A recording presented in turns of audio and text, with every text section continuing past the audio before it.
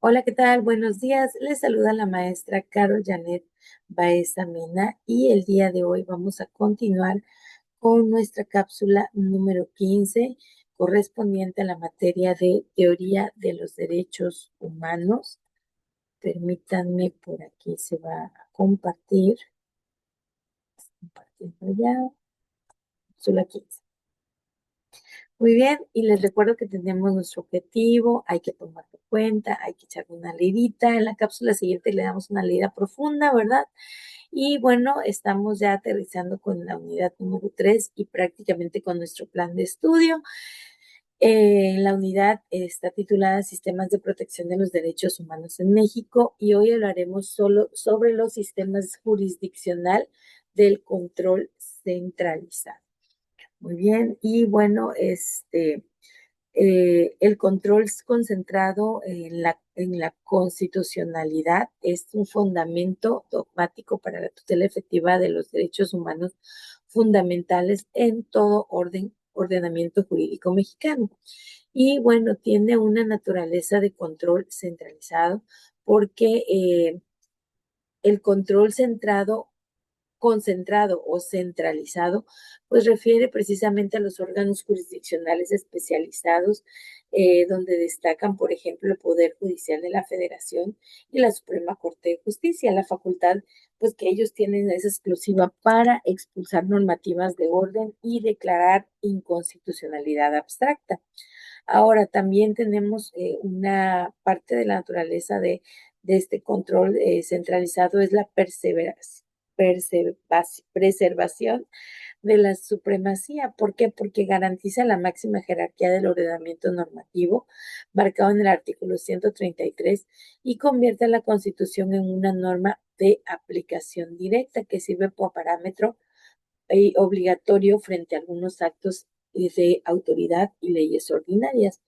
Y bueno, encontramos también el bloque constitucional, ¿verdad? Que es un marco de regularidad, donde a partir del artículo 1 de la Constitución, el parámetro de control centralizado pues va a abarcar no solo un texto constitucional, sino también los derechos humanos contenidos en tratados internacionales de los que México pues hoy en día es parte.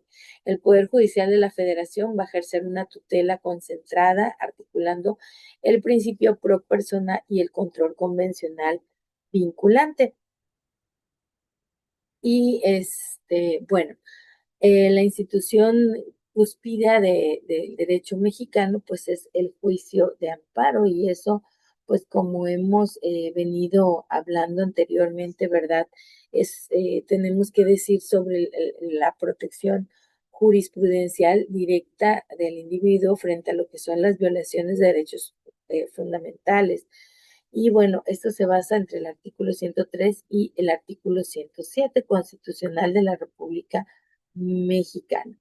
Y bueno, entonces, estas pues son, hablar de ellas, ¿verdad? Nos va a llevar a una vía procesal como el amparo directo e indirecto. El amparo indirecto, pues es donde encontramos a los juzgados de distrito, tribunales colegiados de apelación, y aquí procede contra leyes heteroaplicativas y autoaplicativas, actos fuera de o después de juicio, violaciones en el procedimiento de imposible reparación y omisión de autoridad. También está el amparo directo, donde se trabaja desde los tribunales colegiados y de circuito y también pues atraen a la Suprema Corte de Justicia de la Nación.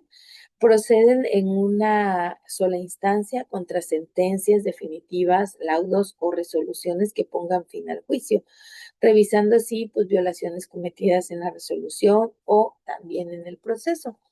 Los principios rectores del juicio de amparo son cuatro: la instancia de parte agraviada, donde el juicio pues nunca va a operar de oficio y va a requerir un impulso del titular del derecho; el interés legítimo y jurídico, donde encontramos una ampliación protectora para los agravios directos e indirectos cualificativos; la relatividad de las sentencias, donde encontramos una evolución de la fórmula Otero, pues, ¿verdad?, hacia la Declaración General de Inconstitucionalidad. Y también otro principio va a ser la definitividad, es decir, un agotamiento previo de recursos ordinarios, salvo excepciones constitucionales. Ahora, los mecanismos de control político y territorial, hablando ya de las garantías tanto de las federales como las divisiones de poderes, podemos decir que entran en una estructura procesal de de controversias, es que van a estar sujetos, los sujetos legitimados, que como la federación, el Estado, son los que se encuentran sujetos a estas jurisprudencias. El objeto del juicio que nos ayuda a resolver lo que es la invasión de esferas de competencias establecidas en el Pacto Federal y la vulnerabilidad de atribuciones constitucionales, así como los efectos de sentencia, que son los efectos generales cuando sea aprobada por la mayoría cualificada de 8 votos en la Suprema Corte de Justicia de la Nación.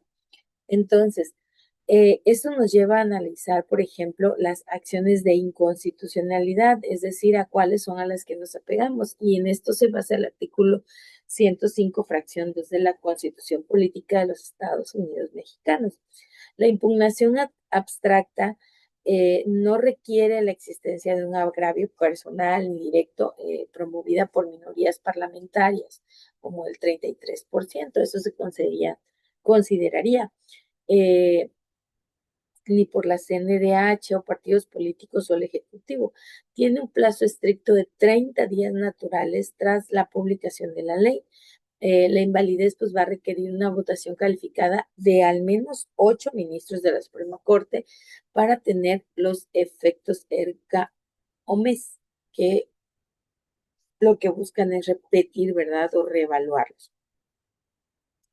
Encontramos también pues que hay dentro de estos hay la protección de derechos transpersonales, donde hay acciones colectivas en México como la tutela jurisdiccional de derechos difusos, los colectivos e individuales homogéneos, y estos se basan en el artículo 17 de la Constitución, párrafo tercero. Y en esto se expresa la clasificación y tutela de las acciones colectivas como la acción difusa, que es la que protege a una comunidad indeterminada sobre bienes indivisibles como medio ambiente, patrimonio cultural, etc. La acción colectiva, donde se presenta la tutela a un grupo determinado o, eh,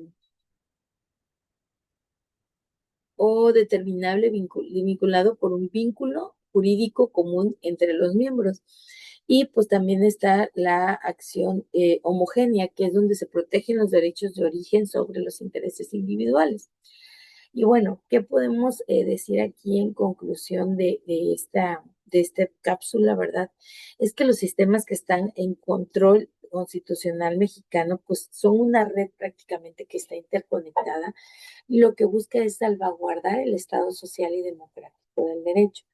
Ahora, todas estas acciones jurisprudenciales, ¿verdad?, nos van a permitir también analizar, ¿verdad?, teniendo una interrelación entre lo que es el amparo, la controversia o las acciones de inconstitucionalidad, así como las acciones colectivas consolidadas a la Constitución, pues en este caso como una enorme vía y garantista. Entonces, prácticamente ninguna de estas normativas va a perder el camino correspondiente en el caso de los sistemas jurisdiccionales, a partir del momento en que se apega prácticamente a resolver ciertas problemáticas. Entonces, normalmente pues aquí podríamos resumir, ¿verdad?, que en conclusión, lo que refiere a este, perdón, a los sistemas jurisdiccionales de control centralizado, ¿verdad? Pues tienen un fundamento prácticamente, pues, efectivo en los derechos humanos y en el ordenamiento jurídico mexicano. Y bueno, tenemos que nosotros ir corroborando pues cada una de las leyes que se emiten y recordar o tomar en cuenta que pues prácticamente nosotros somos los que les pedimos a ellos, a la ciudadanía, para que se lleven a cabo todas estas acciones. Y bueno, por el día de hoy sería todo. Nos vemos ya en la cápsula número 16 para finalizar nuestro programa. Cuídense mucho. Hasta luego.